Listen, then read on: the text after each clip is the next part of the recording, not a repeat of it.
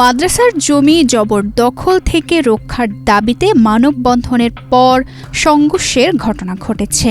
এতে মাদ্রাসার অন্তত 10 শিক্ষার্থী আহত হয়েছেন। এমন ঘটনা ঘটে কক্সবাজারের চকরিয়ায়।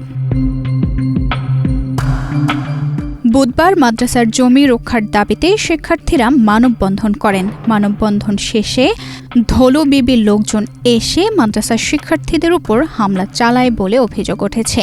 এ ঘটনায় অন্তত 10 শিক্ষার্থী আহত হন। পরে তাদের উদ্ধার করে চকরিয়া উপজেলা স্বাস্থ্য কমপ্লেক্সে ভর্তি করা হয়। স্থানীয়দের সঙ্গে কথা বলে জানা গেছে, দীর্ঘদিন ধরে মাদ্রাসার জায়গায় কয়েকটি পরিবার বসবাস করে আসছে। সম্প্রতি ওই জায়গার আরও অংশ দখলের চেষ্টা করা হলে মাদ্রাসার শিক্ষার্থীরা এসে প্রতিবাদে মানববন্ধন করেন। এরপরই সংঘর্ষ এবং হাতাহাতির ঘটনা ঘটে। এ বিষয়ে মাদ্রাসার অধ্যক্ষ জিএএম সাইফুল হক গণমাধ্যমকে জানান, চকরিয়া থানায় একাধিক অভিযোগ দেওয়া হয়েছে। পুলিশ ও স্থানীয় প্রশাসন বিষয়টি খতিয়ে দেখছে এবং আইনগত ব্যবস্থা নেওয়ার আশ্বাস দিয়েছে। তানজিদা রহমান, ইনায়া, বাংলাদেশ প্রতিদিন।